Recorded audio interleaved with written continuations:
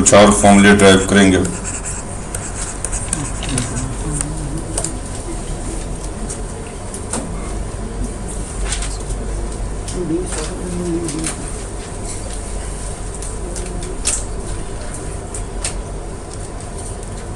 देखिए बेटा,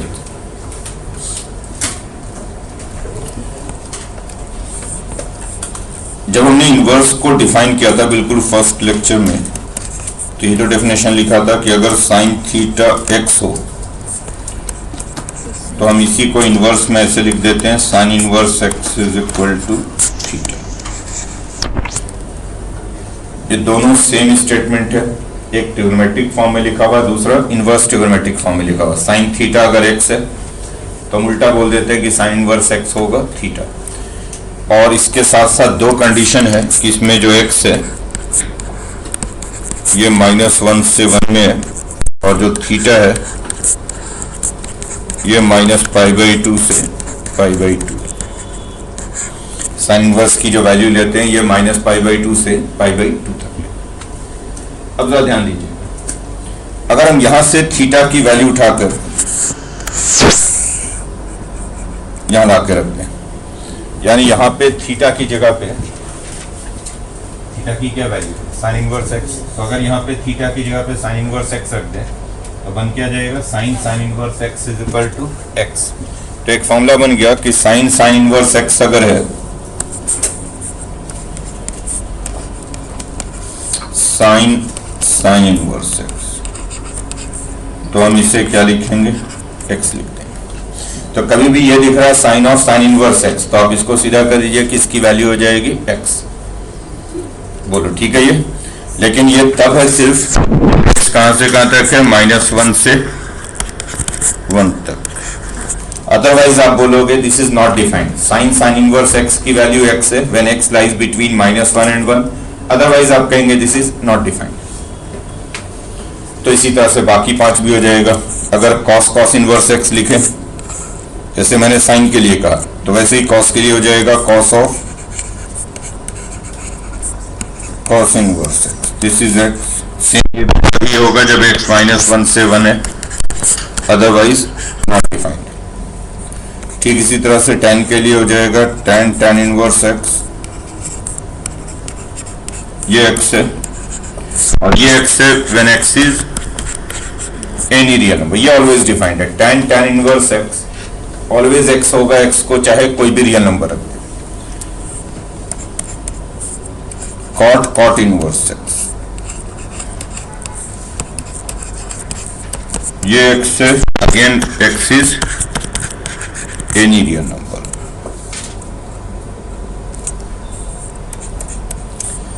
cosecant inverse x, ये एक्स होगा when x is -∞ to -1 union 1 to। ये उल्टा है, ये एक्स होगा जब एक्स -1 और 1 के बीच में ना हो, बाहर हो, या तो एक्स नीचे हो -1 के या 1 के आगे हो, अदरवाइज आप बोलेंगे नॉट डिफाइंड। एंड ठीक इसी तरह से सीकेंट इनवर्स,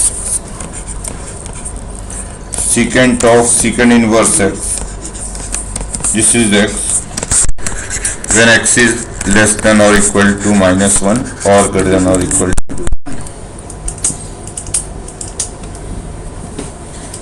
शॉर्ट में ऐसा ही याद रख लें बस, sign inverse x, cos inverse x, tan inverse x, ये सारे एक्स बनेंगे। अगर ऐसा कभी भी दिख गया कहीं पे भी साइन इनवर्स एक्स, तो हम कह देंगे एक्स है। tan inverse x, cot inverse x. ठीक, अब आगे देखिए, ये तो खैर बहुत सिंपल था, इसमें तो बहुत ज्यादा कुछ करने की sign inverse x, cos inverse x, tan inverse x, आप इनको एक्स लिखोगे।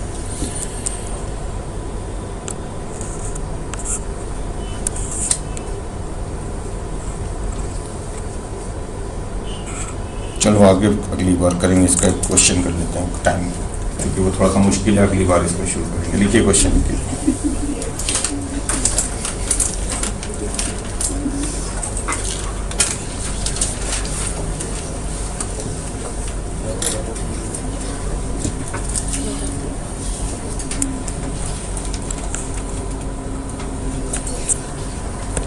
लिखो question.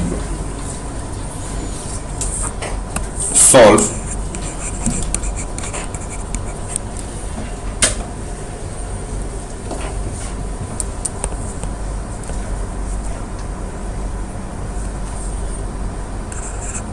three times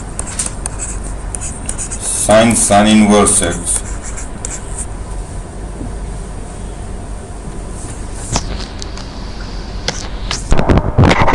minus 5 times cos inverse x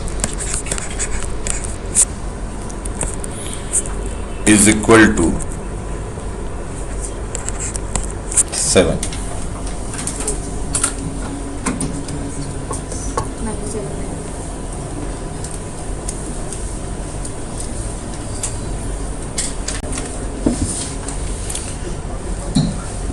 अभी मैंने कहा sin इनवर्स x को x लिख दोगे तो ये 3x है, cos इनवर्स x को x लिख दोगे तो यहाँ से x की वैल्यू है -7/2। गलती आपसे ये हो जाएगी कि आप यही आंसर छोड़ दोगे x is equal to -7/2, but आप भूल गए कि sin इनवर्स x और cos इनवर्स x अगर लिख रहे हो, जब भी आप sin inverse x cos inverse x लिख रहे हो तो x जो होना चाहिए वो -1 से 1 में ही होना चाहिए, ये बाहर है तो x इज इक्वल टू -7/2 के लिए वो डिफाइंड ही नहीं है, तो इसलिए आप बोलेंगे नो सॉल्यूशन। तो लिख लो but x should lie between -1 and 1।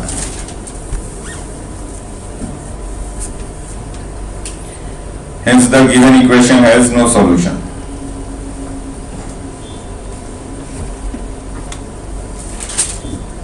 Next question.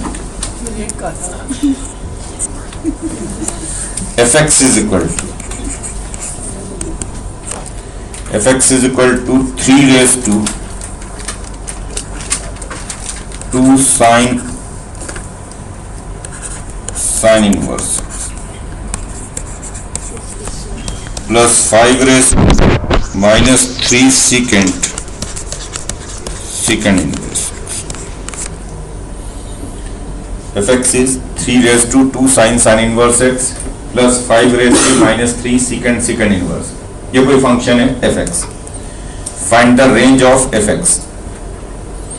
Find the range of fx। इस फंक्शन की रेंज क्या हो सकती है, यानी इसकी वैल्यू कहां से कहां तक हो सकती है, मैक्सिमम क्या हो सकता है, मिनिमम क्या हो सकता है।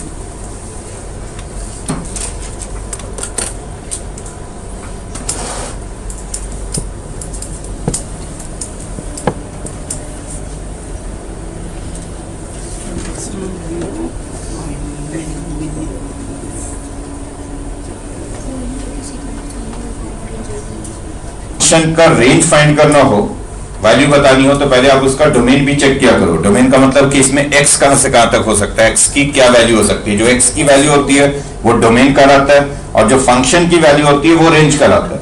तो पहले तो आप x चेक करोगे कि x क्या होगा इसमें, यानी डोमेन, और ऑब्वियसली इसमें x -1 से 1 में होना चाहिए, अदरवाइज ये डिफाइंड नहीं है, और इसमें x -1 से 1 में नहीं होना चाहिए, अदरवाइज ये डिफाइंड नहीं है।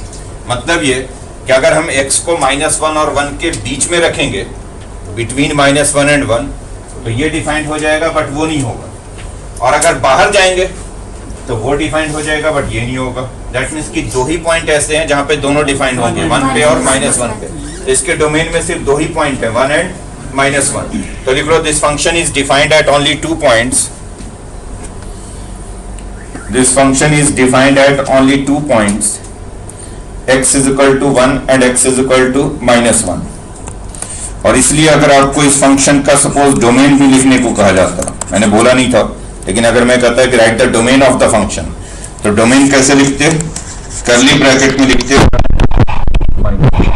दो ही पॉइंट है, और जब फाइनाइट नंबर ऑफ पॉइंट्स होते हैं तो कर्ली ब्रैकेट में लिखे जाएंगे, 2 पॉइंट है, 1 and -1, दो ही पॉइंट। डोमेन का मतलब आप क्या बता रहे हो कि x की दो वैल्यूज है, x की दो वैल्यूज है 1 and -1, इसके अलावा और कोई वैल्यू पे ये डिफाइंड नहीं है ना। ये फंक्शन क्या हो गया, ये फंक्शन एक्चुअल में हो गया 3 raised to 2x plus 5 raised to -3x। यही हो गया ना, sin इनवर्स x पे x लिख दिया, secant इनवर्स x पे x, लेकिन x की दो ही वैल्यू ले सकते हैं, 1 या -1।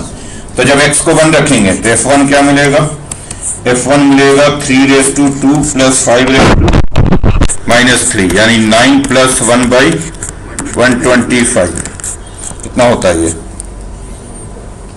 कितना बन रहा है देखो तो, ये हो जाएगा पगला कहीं का 1126 हो जाएगा ना 1126 बाई 120। नाउ एफ ऑफ -1 क्या बनेगा? ये 3 raise to -2 plus 5 raise to 3 यानी 1/9 प्लस 125।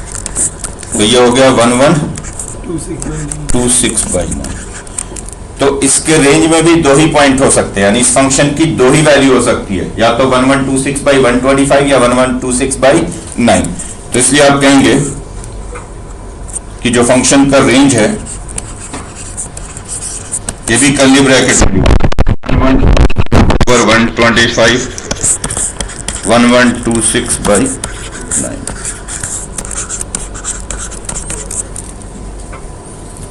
बोलो ठीक है ये? चलिए नेक्स्ट क्लास में करेंगे।